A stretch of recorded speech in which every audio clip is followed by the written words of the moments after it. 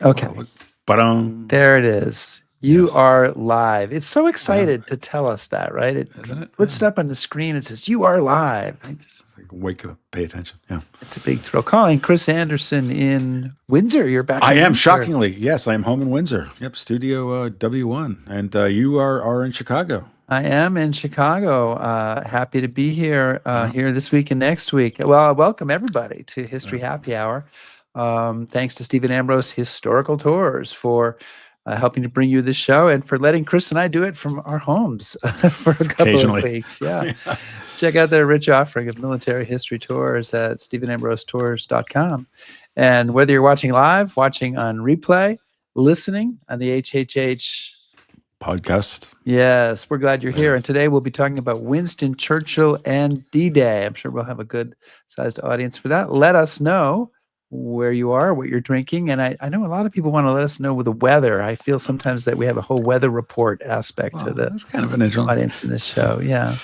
And Chris, we should thank everybody who supports us on Patreon, especially our top shelf patrons. And I'll remind you that you can join this august group by clicking on patreon.com/historyhappyhour. And so, Chris, how long are you in Windsor for before you're on the road again? I'm going to be home for 2 weeks. I think it's about 2 weeks. And then I go to Lisbon for 4 or 5 days to spend with Anna to celebrate our anniversary. And then going on a cruise where I think I'm going to speak a little bit about Frederick Morgan and some other folks. And I'm going to run into you, I think, right? Fantastic. Yes, I will be there. And I think I'll be speaking about, I'm sure you'll be there to watch me speak about. Yes. I thought you were going to stop talking about that.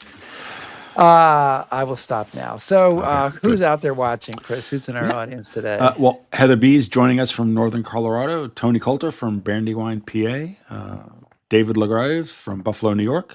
And who else do you see there? Jack Sadler is here.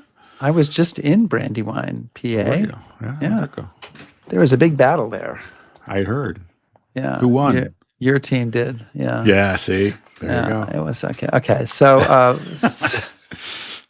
thanks a lot. Moving on. That's a little softball. Yeah. Okay. Hey, so are we ready to go? Should we give this a shot? All right. Give me a cue and I'll play the open, and if I can find it here, and we'll get started.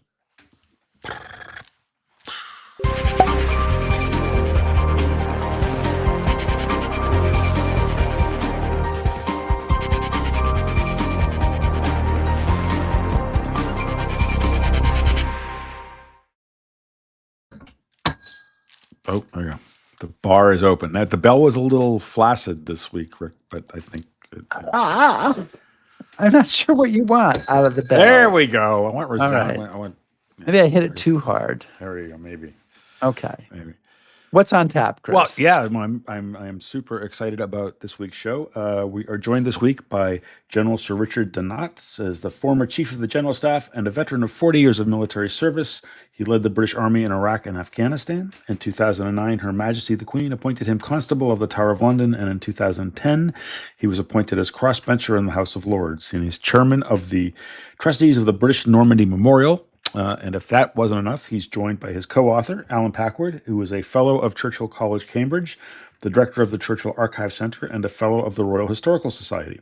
He was awarded an OBE for services to archives and scholarship in 2016. His book, How Churchill Waged War, was published in 2018, and he has since edited the Cambridge Companion to Winston Churchill and co-edited Letters for the Ages, the private and personal letters of Sir Winston Churchill. And if I kept going on, we would be talking about their credentials all show, but I'll cut it off there and say that we're here to talk about their new book, Churchill's D-Day, the British Bulldog's Faithful Hours During the Normandy Invasion.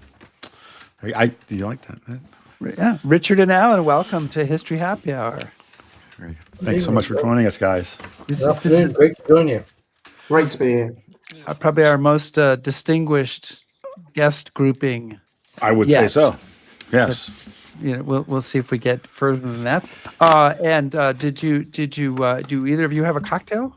I know, Alan, you have somebody there who drank cocktails with you, but I do. I thought I'd bring Churchill into the conversation because I'm in the office. I haven't got a cocktail, so I'm having to pretend that this is gin or vodka. But Churchill would be scowling at me.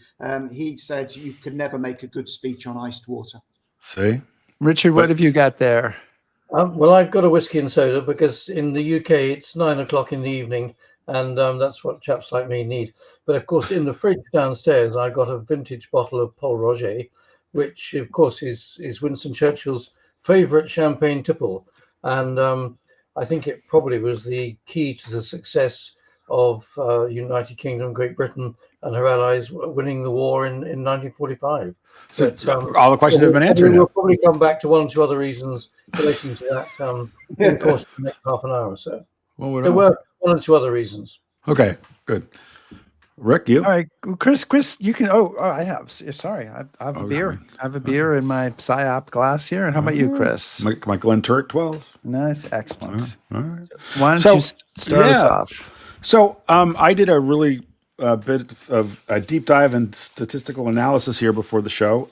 I typed in Amazon and I typed in D-Day and I got a list of 3,000 book titles with a plus sign after it. And then I did the same for Churchill and I got 6,000. So you guys are stepping into some well-trodden water. So what I guess what I'd like to start with is, what was the gap? What did you think needed to be said about either Churchill or D-Day or both, or what drove you to this? Well, I think your introduction almost answers the question. There are lots of books about Churchill. There are lots of books about D-Day. But what Alan and I have endeavored to do is to focus in on Winston Churchill's role on D-Day. Now, of course, Winston Churchill is hugely famous, but he's particularly famous in the context of the Second World War for 1940, the beginning of the war, when Britain stood alone. We will never surrender. All those fantastic speeches that he made. And that was absolutely critical to make sure that Germany did not dominate Europe, but Britain stood alone. And eventually our other allies, Soviet Union, United States of America, came into the war, and we all know the history of the war. But that moment when Winston Churchill stood alone was fundamental. So what we've tried to do is to say, yes, of course, we all know about Winston Churchill in 1940, but this is about Winston Churchill and his role as we move towards 1944 and D-Day and the Allied armies, United Kingdom, Canada, and particularly the United States, moving back into Western Europe and eventually driving across Western Europe, meeting up with the Red Army coming the other way, and eventually destroying Nazism, fascism, and bringing freedom back to Europe. So Churchill and D-Day, probably an untold story, and we've tried to give it a good airing. I think, and if I can come in and just please do. I mean, I agree with everything that Richard said, but I like to present this in film terms. When you think of D-Day, I think people tend to think of the film Saving Private Ryan, and the predominant image is American GIs storming the beaches. And Churchill is largely out of the picture, yet this was a moment that he'd worked for 4 long, hard years. And more than that, when Churchill is portrayed in relation to D-Day, it's often been very negatively. There is the film Churchill that came out, I think, in 2017 with Brian Cox as Winston Churchill. And that film opens with the British Prime Minister sort of pacing a beach, looking out across the channel as in his mind's eye the waves run red with blood, and has him sort of fearing a recurrence of Gallipoli, and then doing everything he can with only 48 hours to go to actually obstruct the military operation, and then taking to his bed as a sort of gibbering wreck when no one will listen to him.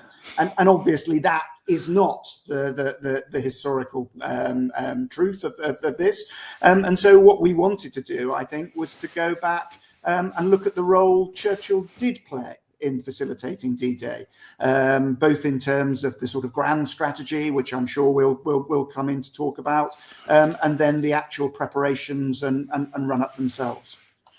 But as Alan said, there is no doubt that Winston Churchill, having been First Lord of the Admiralty and been the architect of the failed Gallipoli campaign in 1915, 1916, and then again First Lord of the Admiralty in early 1940, and the architect of the Norwegian campaign, which was also a disaster, these things weighed very heavily on his mind. So he wanted to absolutely make sure that if there was going to be a second front launch from Great Britain into France, that it was going to be successful and it wouldn't be the bloodbath that he feared. And of course, that's what the book tries to set out to say, what his role was in ensuring that eventually, ultimately, it was a success, which of course it was. History records that. We're going to get into the topic of Churchill and D-Day, but you open and close the book with Sergeant Major Stanley Hollis, who was the only soldier awarded a Victoria Cross for his actions on D-Day, also someone with an amazing World War II combat record that started 4 years before that. Richard, you started your military career in the Green Howards, the unit he served in during the war, so I'm guessing this might have been your idea, but I'm curious, why frame this book with Stanley Hollis? Well, I'll come back to Stan Hollis, but perhaps I'll just answer the question rather more widely. I hadn't met Alan until his predecessor, the original keeper of the Churchill Archives, the well-known historian Corelli Barnett, died, and he had a memorial event, and his family, and I'm a close neighbour of Bill Barnett's, Corelli Barnett's, asked me if I would give one of the eulogies at his memorial. And I duly did that at Churchill College, Cambridge, and it was a great privilege to do that. And as Alan was walking me back to my car, he said, I think we've got a common interest in D-Day, a common interest in Churchill. What about us writing a book to come out in time for the 80th anniversary of D-Day about Churchill's role in D-Day? And of course, that's what I immediately agreed to do. And of course, one of the reasons why I agreed is because Company Sergeant Major Stan Hollis of D Company 6th Battalion Green Howards won the only Victoria Cross that was awarded to British Armed Forces on D-Day itself. And he was a member of my regiment, and his deeds, not just on D-Day, but going right back to Dunkirk, when he was instrumental in Dunkirk, and then fought with the regiment right through North Africa and into Sicily, and then storming across the beaches, and won the only Victoria Cross on D-Day. So I had a huge personal connection with not just Churchill, Churchill College, D-Day, but Stan Hollis, the Green Howards. So it all came together as far as I was concerned. And I said to Alan, yeah, we got to do this. Let's get it done and get it published by the 6th of June, 2024. But I think it was also really powerful to start with an individual storming the beaches, and to give you that sort of that individual perspective. Throughout the book, what we try and do is to interlace the grand strategy and the contents of Churchill's dispatch box, what he was seeing and doing, with how that was impacting the lives of so many different individuals. So we tell the stories throughout the books of people who were involved as civilians in the planning, but also people who are involved in the military, in the Navy, in the air. And I think the idea behind that really was to emphasize that these decisions that are being taken by Churchill and Roosevelt and Eisenhower and others are having an impact on a huge range of individuals, on a huge range of different lives, but also that D-Day was an incredibly complex operation that could not have happened without the input of this huge range of people. So it's about showing the relationship between what's going on at the center and how that's actually being delivered in practice by a huge range of people. And Alan's absolutely right there. And of course, the United Kingdom, Great Britain, was the launch pad for Operation Overlord. But to be the launch pad, so many things had to happen. And Winston Churchill, as the Prime Minister, had to make sure that they happened. that British industry was behind all the things that had to be done, the construction of the Mulberry Harbours, and so much more. So his role, though understated hitherto until we publish this book, is actually critical, and we've tried to give him the due profile that he should have for his role in making Overlord successful, which of course was the prelude to the end of the Second World War. And we've just all been commemorating VE Day 80 on the 8th of May this year, when the chapter in Europe closed victoriously, but it wouldn't have opened unless D-Day had been successful. And that was not a given. There were a lot of concerns, a lot of worries. Everybody was very nervous about it. They could control most things. The one thing they couldn't control is the weather. And as we know, and perhaps we can talk about it later, the weather played a major role and it involved delay by 24 hours. So it's we can't take too much away from what Churchill did. And it's interesting to me that, as you point out in the book, he doesn't really appear front and center in a lot of the usual narratives of the war. I think you said something about, we talk about him in Mulberry and that's about it. But he is central. And I think one of the things that would be helpful, particularly to some of our American viewers, is if you could explain a little bit about how the senior command structure works in Great Britain, because it's not, as it is in the United States, where you have President Eisenhower, but he kind of defers to Marshall, and those things go off and happen. And it's much more, I guess, standoff, if that's the right way to say it. But Churchill's much more central to the whole command structure of the British war effort. So I think maybe that would be helpful if our viewers understood that. I'll let Alan describe the top structure from a political point of view, and then I'll just talk a little bit about the military structure. Okay. Over to Alan. Okay, so of course Churchill is Prime Minister, and as Prime Minister, he is chairing his War Cabinet, which is the supreme civilian authority for the direction of the war. A number of civilian ministers.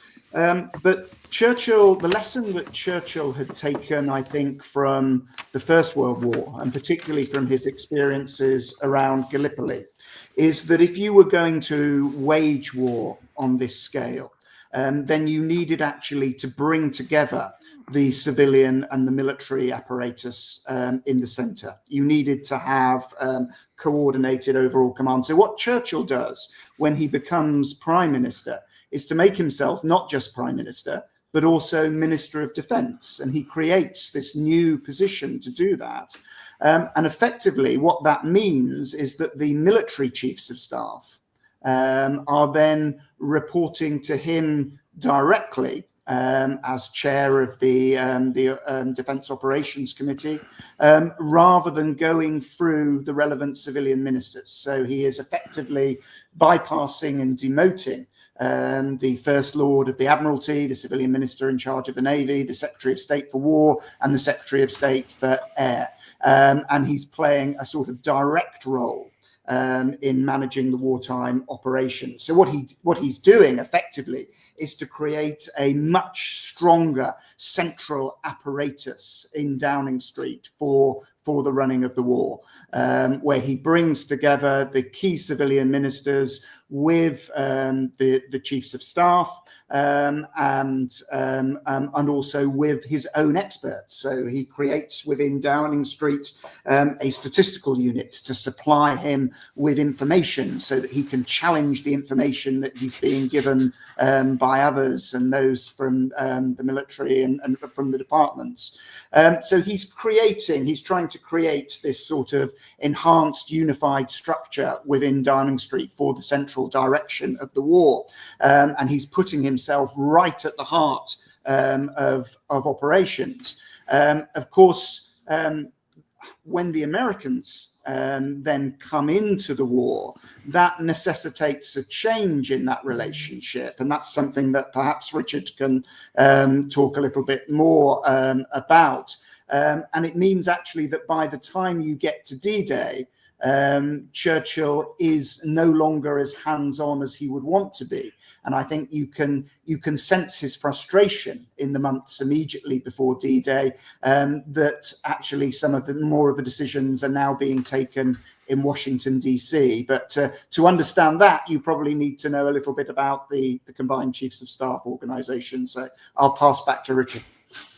Well, no, Alan, you're absolutely right. And of course, fundamental to that were the high-level conferences that President Roosevelt and Prime Minister Churchill and, of course, Marshal Stalin had together. Because once the Germans had decided to attack the Soviet Union, and once the Japanese had attacked the United States at Pearl Harbor, that actually brought the Soviet Union and the United States into the war. So there were many more interested parties than there were in 1940, when Winston Churchill allegorically could stand on the white cliffs of Dover and be defiant. So one of Churchill's major achievements was to bring those three big leaders together, and particularly as far as President Roosevelt was concerned, was to get agreement that the defeat of Germany was first, rather than the defeat of Japan, which from the United States point of view, given that the United States had been attacked by the Japanese fleet at Pearl Harbor, you could imagine that the United States would have wanted to go after the Japanese first. But Churchill's great strategic coup was to get an agreement that the defeat of Germany came first. And therefore that led to a series of conferences and discussions at the strategic level and at the military strategic level. That's the senior military getting together to work out the military campaign as to how that was going to happen. And of course, from a European perspective, that's what first brought American troops into Europe in Operation Torch, coming into North Africa to help complete the liberation of North Africa, and then through Sicily and into Italy. But of course, this then led to a rising frustration from Churchill's point of view, because yes, the great Joint Chiefs of Staff organization that had been set up produced a planning staff that were going to be working towards what became Operation Overlord. And this was very much a military matter, American, British, and other staffs working together.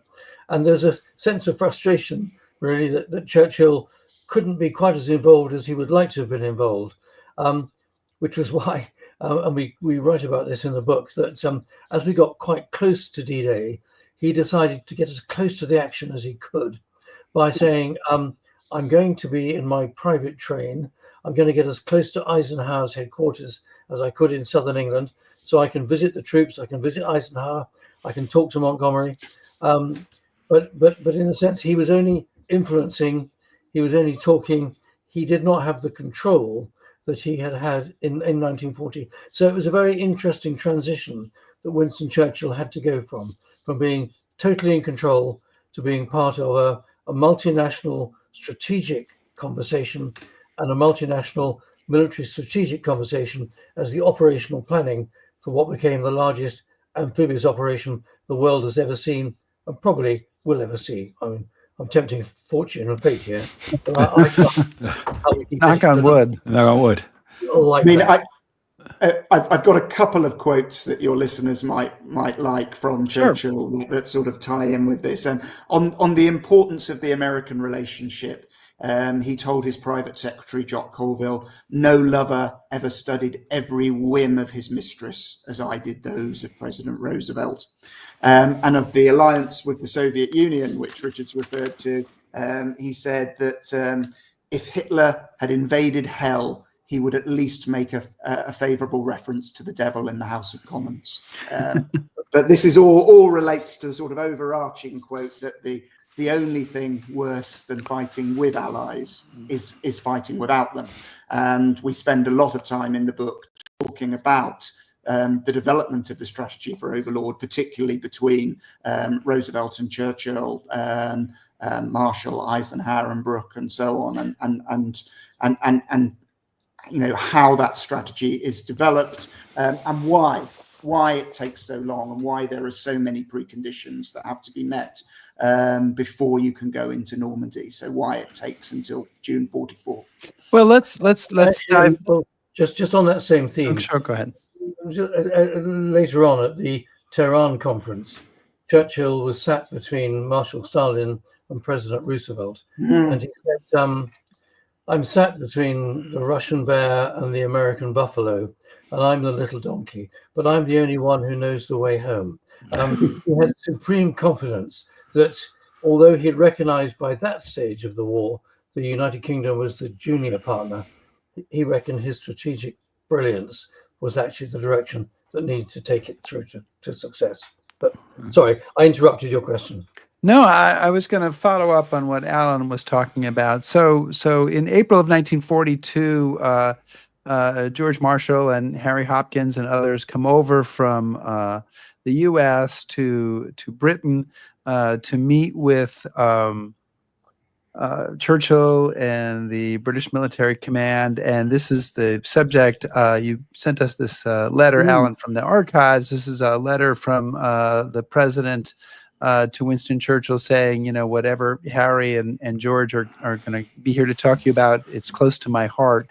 And what they're there to talk about is an invasion, that George Marshall wants to have a cross-channel attack in 1942. And Winston Churchill says, what a good idea, but he's basically seriously opposed to this, and he eventually convinces them to instead invade North Africa. And so he starts out being opposed to a cross-channel invasion, and I think that sort of sticks with him in the story, that people think of Churchill as being opposed to this. Your argument in the book, and I'm quoting you here, is that Churchill played a key role in the timing and nature of Overlord. So, okay, what are his most important decisions or actions that impact Overlord and support that statement? Okay. And nobody wants to answer. No, I'm very happy to go in here, because I think Churchill does an incredible amount that hasn't been recognised. I think the first key decision that Churchill takes is the right one, that 1942 is not the right time to be trying a return to France and operations in France. So, I mean, it's quite clear that the Americans are advocating operations in France, but they're equally clear that it's going to take at least a year until April 1943 to build up sufficient US forces in the UK to actually contemplate large-scale landings. And that means effectively that you've got a year where either the British are going to have to bear the burden of operations in France on their own, or you're going to sit and do nothing in the UK while assembling the required forces, while Stalin and the Red Army bears the brunt of the German offensive on the Eastern Front, which was clearly politically and militarily unacceptable to both Churchill and Roosevelt. So I think Churchill is right first of all, to steer the Americans away from operations in France to North Africa. You know, the British are already incredibly overstretched in 1942. We've just lost Singapore and Hong Kong. We're struggling against Rommel in North Africa. This is a chance actually to develop the close partnership with the United States and the teamwork that is going to be necessary for Overlord, but to develop it against a much less fortified coastline. So I think actually it is a key moment steering into North Africa.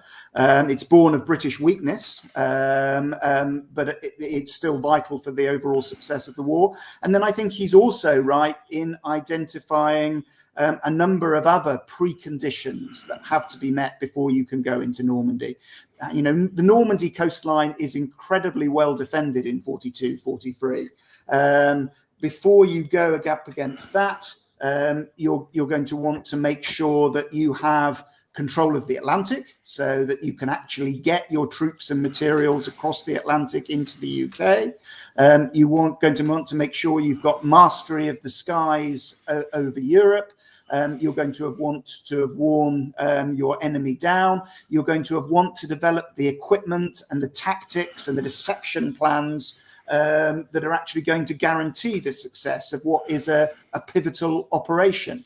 And all of that takes time. And this is a point that I think that we're very keen to emphasize in the book, that the success of D-Day comes out of the coming together of all of these things. And I think one should also say that the decision, which we all know was taken to come across the beaches in Normandy, turned out to be the right thing to do. But in 1942, there was the Dieppe raid, Operation Jubilee, where a major attempt, largely with the Canadian division, to see if it was possible to capture a port. And of course, a port is really important in terms of getting logistics ashore. And that was a bloody failure. Canadian troops lost many lives, as other countries did as well. But it actually showed that the likelihood of being successful in capturing a working port was very minimal. So that led to the decisions that were taken. Right, we're not going to try and capture working ports. We've got to work out the technical procedures for bringing not just the troops on assaulting waves on D-Day and all the rest of it across the beaches, but how are we going to bring the logistics across the beaches?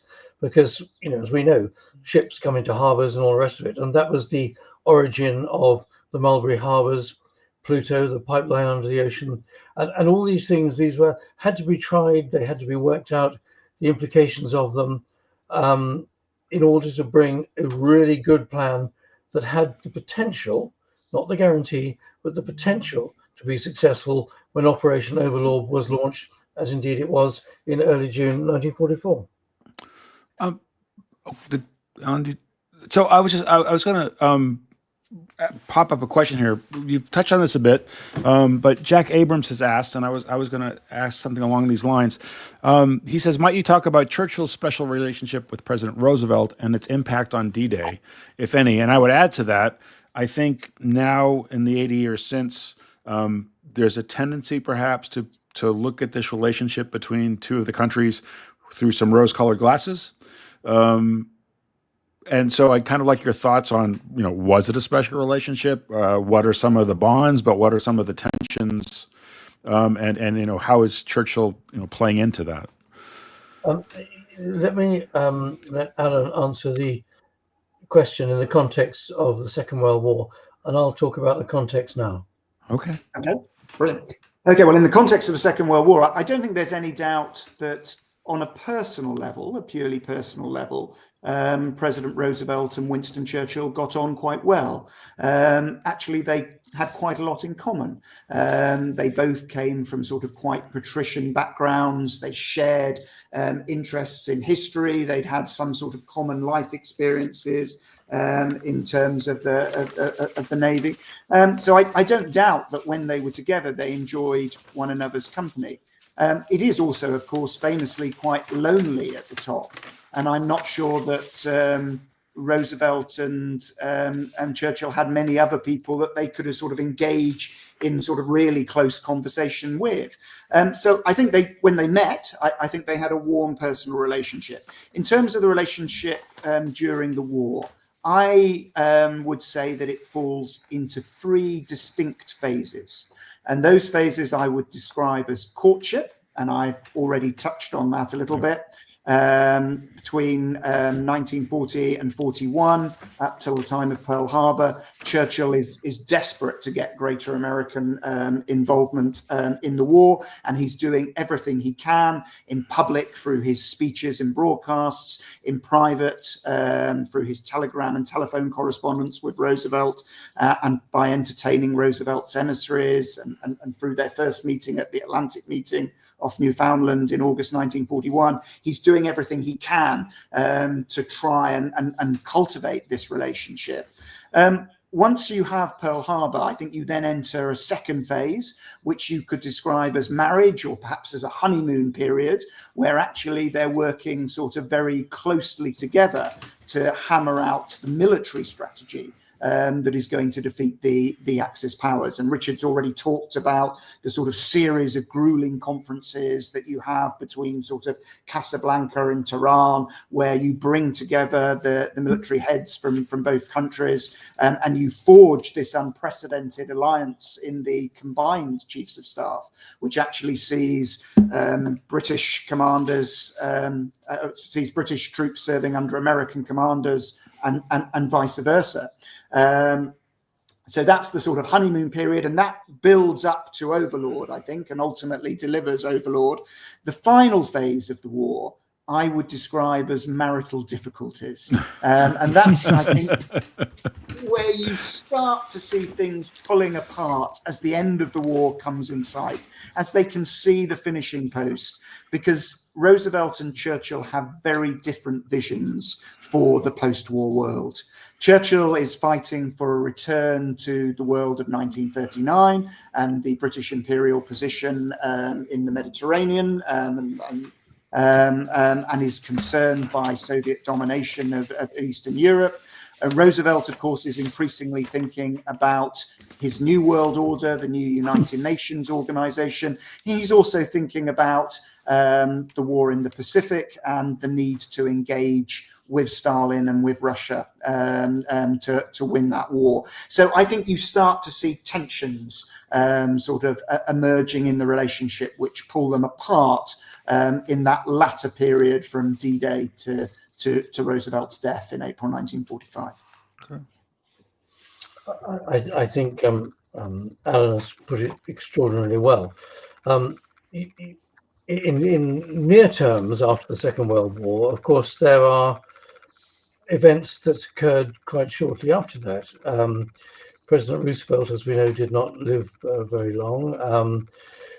But in some of his final conversations with Marshal Stalin, he was very keen, in order to increase the pressure on Japan, that Russia should get involved in operations against the Japanese in Korea.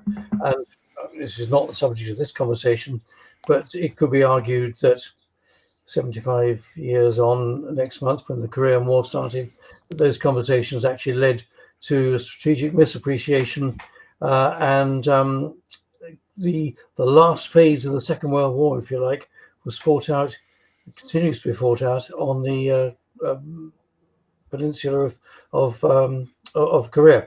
But that's not what we're talking about tonight.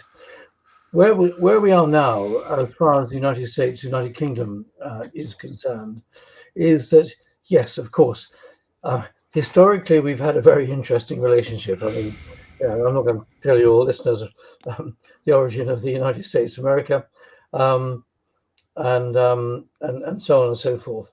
But we have worked together very closely over the years. It is sometimes, perhaps too often, called a special relationship, and I think that's a bit of a presumption. Undoubtedly, today, the special relationship is absolutely a special intelligence relationship. The United States, through the United Kingdom, shares intelligence on worldwide issues in a very significant way, and we could not operate together.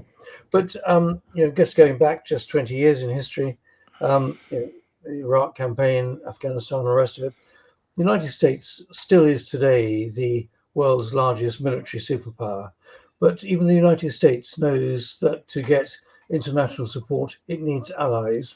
And the United Kingdom has been a very faithful and intelligent ally of the United States. And I think that's an important thing to continue. Now, of course, the relationship, which has changed hugely over the years that we're talking about, and I actually say that it began to change when Field Marshal Montgomery, who had commanded the land forces from D-Day in the initial phases of the Normandy campaign, when he handed overall command to General Eisenhower. At that moment, the United States took overall control. And from that moment on, the United States has been the major partner in any relationship with the UK, and the United Kingdom has been the junior partner. And we've seen that, of course, in Iraq and Afghanistan and elsewhere. And even, I'm dotting around in history now, but go to the Suez conflict in 1956. the British and the French, in conjunction with the Israelis, came up with a cockeyed plan to take back control of the Suez Canal. Well, it wasn't supported by the United States. And when the United States government and the World Bank said, hang on, this is wrong, stop. Well, we had to stop, and we stopped pretty damn quick. So the change in the relationship, the special relationship, has very much been really, I would say, from the latter part of the Normandy campaign through history. The United States has been the major partner. We've been a junior partner. We've been a willing partner. But actually, the cement there is the special relationship of our special intelligence relationship. Okay, so getting back to 1944, Churchill was a very active lobbyist, if I can use that word, with Allied generals. He frequently meets with General Alan Brooke, who's the chief of the General Staff, General Eisenhower, who's the supreme Allied commander, and is often pushing to get his way. Now, President Roosevelt was much more hands-off, partly because of distance, partly because of style. How effective do you think Churchill is in his lobbying efforts? And I'm going to ask Richard to answer this first, because I'm particularly interested in hearing from you about this, because I know that when you were chief of the General Staff, you must have had to deal with prime ministers, and so you would have a very unique perspective on this. Well, Churchill and Alan Brooke, as the chief of the Imperial General Staff, had a very interesting relationship. It was quite a volatile relationship. In closed doors, behind closed doors, they would have very frank conversations. At times they would thump the table, they would actually shout at each other. But in all that was a very constructive conversation, because Churchill, who very much thought that he knew the answer to most questions, that he knew the way, had to actually listen to his senior military professional with all his background, who had at times a different point of view. But the upshot of those conversations was a better outcome. And I think that's a very significant plus point of leadership, when you are prepared to have robust discussions with effectively a subordinate, which is what Alan Brooke was, and take on board what he might have said. So I think their relationship was absolutely key, and really significant, even though it wasn't always a very harmonious one. Now, you refer to me. Well, I was chief of the General Staff when we were involved in Iraq and Afghanistan. We are a democratic country. The government of the day decides what we're going to do. We were going to get involved in Iraq and Afghanistan. Fine. That's absolutely fine. And the military will do whatever the government of the day wants us to do. But just give us the resources, give us what we need to do the job. And that was really where I fell out with Prime Minister Tony Blair and Prime Minister Gordon Brown. So when it came to the end of my 3 years as Chief of the General Staff, there was no question of me becoming Chief of the Joint Staffs, Chief of the Defence Staff, as we call it. I was sent to the Tower of London. Well, and that's what happened. Who fall out of favour. But the big difference was I had the keys. I had to see the late Queen's appointment to send them to the Tower, not the Prime Minister. But I think the whole point is you've got to respect the politician's view. The politician's got to respect the military view. Put them together, have your discussions behind closed doors, and then you get a good outcome. And that's actually really what characterized Churchill and Alan Brooke, both professionals, both dedicated to the same strategic objective, but together they worked it out. Alan, did you want to contribute on this? Yeah, no, I mean, if I can come in, I mean, the obvious Churchill quote that springs to mind from what Richard's just said is, give us the tools and we will finish the job. But in terms of Churchill's role, yes, he certainly sees a major part of his role as being a prod, as he would have seen it. And he certainly didn't hesitate to express his opinions to the generals, to the cabinet, to everyone around him. But I think he does play a couple of overlooked roles here. One is his role in actually bringing people together to solve key problems, using effectively the convening power of the office of Prime Minister. He actually sets up and chairs in early 1944 an Overlord Preparations Committee.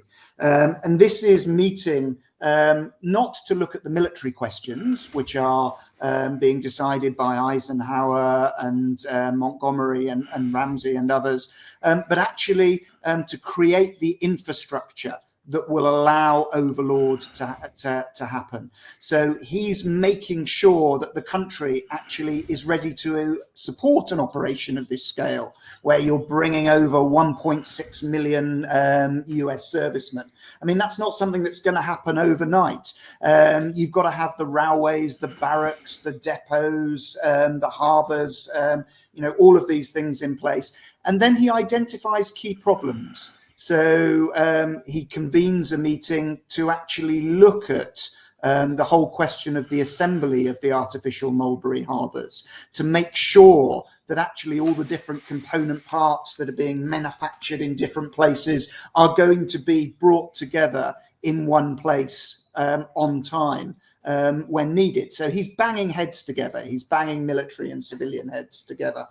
And the other point that I would make is that, of course, as a politician and as a prime minister, he's having on some occasions to look beyond purely military affairs and the military operations. And I think one of the things that we bring out in the book is that one of his big concerns just before the D-Day operation is actually the bombing of France, which Eisenhower sees as an integral part of the military operation, but which really concerns Churchill. And his concern is essentially a political concern. It's that if we follow through on this policy of bombing the railway marshalling yards, many of those marshalling yards are situated in areas of dense urban population. And you're going to inflict severe casualties on the French civilian population if you bomb them. And if you do that, the short-term result may then be that the French don't rise up in resistance to their Nazi occupiers as hoped when the Allies go in on the 6th of June. But on the longer term, in the longer term, he's worried actually that it may drive France towards communism post-war. And then there may be a reaction against Britain, against the Allies, against the West, and that this may drive France into a communist government. So he's having to think about the political implications of these operations in a way that Eisenhower, Montgomery, and others are not. So I would kind of pick up on what you just said, Alan. One of the things that you do so well in the book is to talk about these other sort of tensions and pressures that are pulling on Churchill, that I think if you restrict your reading to just D-Day, you think that that's the only thing that's going on in the world. And as you point out, there's an awful lot more going on. But in fact, you have a section of the book you call The Tyranny of Overlord. Yeah. What is the tyranny of Overlord? I think the tyranny of Overlord for Churchill is the risk of the operation becoming all-consuming and dominant, and then drawing resources away from other theatres, which of course it inevitably does. And Churchill is concerned about this. He recognises that Overlord is the keystone arch of Anglo-American cooperation, that it is the most important operation, that it's got to happen. But he is worried, I think, about putting all the eggs in one basket. If Overlord fails, then that's clearly going to have huge implications for the duration of the war and also for the fate of his own administration. So he's worried that if we invest solely in Overlord and it goes wrong, then that could be catastrophic for Allied strategy. He is also he does also want to continue the fight in Italy. I think that's partly because the Italian theatre is under a British commander, and he can be more directly involved in the military operations in Italy. But I think it's also because he is concerned about the Mediterranean and the Balkans in a way that President Roosevelt isn't. And they are actually quite an important area for Britain's post-war imperial position as he sees it. I mean, this is someone who stands up in the House of Commons in 1942 and says that he has not become the first minister of Great Britain to preside over the liquidation of the British Empire. So he's continuing to think in those geopolitical terms. I think that's a really important point. I mean, I think Churchill is a product of his past, is a product of the late Victorian era, if you like. And for him, I know it's an anathema in the United States, but the British Empire, for Winston Churchill, was really, really important. He was clearly involved, as we discussed, in the First World War and the issues of the Second World War. Britain stood alone, but he was always thinking, not just, of course we will beat Germany, of course we will beat Italy, with America we will defeat Japan, but where is Britain going to be in the world after that? And he was actually thinking ahead, and that's absolutely what a leader of strategic competence should be doing. Forget the headlines for tomorrow, but where are we going to be, not just next week, next month, but next year? And that's where Churchill was, which of course why, when it came to the general election in 1945 and his government was defeated, for him that was a huge personal tragedy. Actually, personally, from his wife's point of view, Clementine's point of view, it probably kept him alive because he was absolutely exhausted. But he'd always been thinking about the future and where was Britain going to be in the future. Well, the world was always going to be different. The world was going to change, and quite properly, Britain decolonized and we gave up imperial possessions in the 1950s and in the 1960s. But Churchill was always thinking about where would Britain's position be, and wherever we are or wherever we might have been, it could only have been actually enabled by that very close relationship with the United States. And I would just say, by way of making sure all your listeners are aware, we, the United Kingdom government, only repaid our final war debts to the United States in 2006. So we do pay our bills. We do pay our debts. Richard, I'm sorry, Rick, can I pick up on? Yeah, go ahead. So one of the things that really struck me in the book is something as a comment. Richard, you just talked about the election where Churchill is defeated. I'm sure this happens to Rick. Every single tour I lead in Europe, at some point in the conversation, one of my guests will say, "How was Churchill defeated?" They just don't understand it. Yeah. And you make the very interesting point in the book that there are knock-on effects from D-Day that lead to Churchill's defeat, and maybe you could touch on that. You're right. There are some practical knock-on effects, or knock-on consequences, or historical events. I mean, the V1, V2 attacks on London began again. So it almost began to bring back the Blitz of death and destruction in London in 1940, 1941, which London had largely been freed of during the course of the war. But those are important, but they're instrumental or accidental aspects. I think there was a growing realization amongst the British population that what had happened was terrible. The war was probably going to end, but rather like the promises that were made at the end of the First World War, that we would produce a land fit for heroes, that after the Second World War, the British population wanted something different, wanted something better. And Churchill had been heading a national government, all the political parties having come together. And I think the people wanted change, and the Labour Party under Clement Attlee, not a very high-profile politician, but a key member of Churchill's war cabinet, seemed to represent to the electorate in this country, not the least of which were servicemen still serving abroad, that when they had the chance to vote, they wanted for a better future. They wanted to vote for, the welfare state, which had been set out in something called the Beveridge Report as early as 1942. They wanted a different world. They wanted a better world. So it wasn't a rejection of Churchill. Actually, it was a desire to say, this has been done. but we've got to go forward. We want to go elsewhere. Now, Churchill, not surprisingly, took it as a very personal defeat. As I said, Clementine was delighted because he was exhausted, and it probably would have killed him if he'd carried on as prime minister. Actually, he had 5 or 6 years in opposition when he could write his history of the Second World War, just to make sure we understood his role in the ending of the Second World War. Alan might comment on that. But I think what I was really saying is that the British people wanted change. And funnily enough, in contemporary terms, we had a change of government last year. After 14 years of a particular government, people wanted change. And that's what happens in a democracy. You get a bit fed up with the incumbent government and the people want change, in which case you vote for the other side. And in this case, they voted for Clement Attlee and the Labour Party, not because they all wanted to become socialists, but they just wanted difference. They wanted change. They wanted hope for the future. And they got what they got.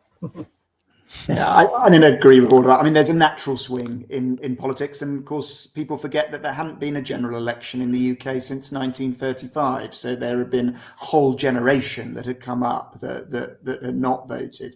Now, I'm going to cover Churchill's ears while I say this, but the other factor in this is perhaps that Churchill did not fight a particularly good election campaign. I think he was exhausted after everything that he'd been through, including D-Day and everything that we describe in the book.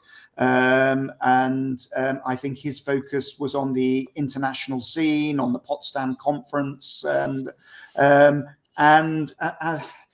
what the argument I would make is that, he'd led a national coalition government. This was a return to party politics. He could still have presented himself as being a figure above the political fray. And he could have made the case for being allowed to sort of finish the job and see the war in the Pacific Theatre through to its conclusion. He doesn't do that. What he does is perhaps typically Churchillian. He launches into a number of sort of vitriolic attacks against the Labour Party, against ministers or against leaders who had just weeks before been ministers in his coalition government. And in one of these broadcasts, the most famous of them, he says that the Labour Party, if it wins, will have no choice but to install ultimately some form of Gestapo in the UK. Now, that was an incendiary thing to say in the summer of 1945. So I think he probably takes his eye off the ball. But after everything he'd been through, I would say he could be forgiven that. And as Richard said, Clementine, his wife, thought it was a blessing in disguise. And he replied to her, "It's certainly effectively disguised to me." He was the man for the moment in 1940. And through to 1944 and 1945. But actually, it was time for someone else to be the prime minister and the leadership. That's just the way that countries develop. And, we loved having Winston Churchill back as prime minister later in the early 1950s. And as a small boy, I can remember watching his funeral in 1965. And one thought, well, oh gosh, this man is the hero. One of the reasons why I was happy to get involved with Alan writing the book, because Winston Churchill was my boyhood hero. He did all the things that I thought as a young man I would like to do, partly why I joined the army, and we all did silly things. But Winston Churchill, amongst the characters in British history, stands up there, right up the top, and as much to do with D-Day as it was to 1940. And elsewhere, and that's really what's been the motivation for Alan and I to write this book. And it's been a great privilege to work with Alan writing it. And Alan's the expert. I'm the military chatter, and we've had fun together. Well, I've learned an enormous amount in writing this with Richard. So. Well, we've learned a lot just talking to you today. So yeah, and I just want to encourage everybody to pick up the book. I have to say that this is a topic, both Churchill and D-Day, that has a lot of things written about it, but it's so refreshing to have a book that says some new things about these topics, and there's a lot in here that will fascinate you and sort of keep you turning the pages. So I would encourage everybody to take a look at this. Definitely worth reading. Richard Dannatt and Allen Packwood, thank you so much for joining us today on History Happy Hour. We so appreciate your being here. Thank you. Thank you so much. That's enjoyable. Thank you. God bless. Okay. All right. And Chris, Yes. we there's so much we didn't get to discuss. I know. with them, I didn't get to so- ask him about Frederick Morgan. I had I a know, Frederick and Morgan. And I had a question about one of them's a big movie buff, and I know they're still listening. But there are references to. I started making a note: Saving Private Ryan, Darkest Hour, Dad's Army, Mincemeat, Churchill. I think it's Allen. We're going to ask afterwards, but I think it's Allen as the movie buff. Put it in the newsletter. Yeah, right. So next week, we're going to continue the topic of D-Day, and we'll talk with Andrew Whitmarsh, who's the author of D-Day Landing Craft, how 4,126 ugly and unorthodox Allied craft made the Normandy landings possible. So I'm sure we'll be diving into all sorts of technical specifications. Sorry. And Does everybody bear with us? We'll try to keep it all. Yeah. Well, it's so interesting that D-Day, 81 years ago, so much has been written about it, and yet there are still, wherever you put your camera, wherever you put your lens, there's still new things to discover about it. Absolutely. Guys, thank you so much for watching. Please subscribe to us on YouTube, follow us on Facebook, shout at us on Blue Sky, listen to our podcast, back us on Patreon, and browse historyhappyhour.com. Thanks, everybody. Be safe.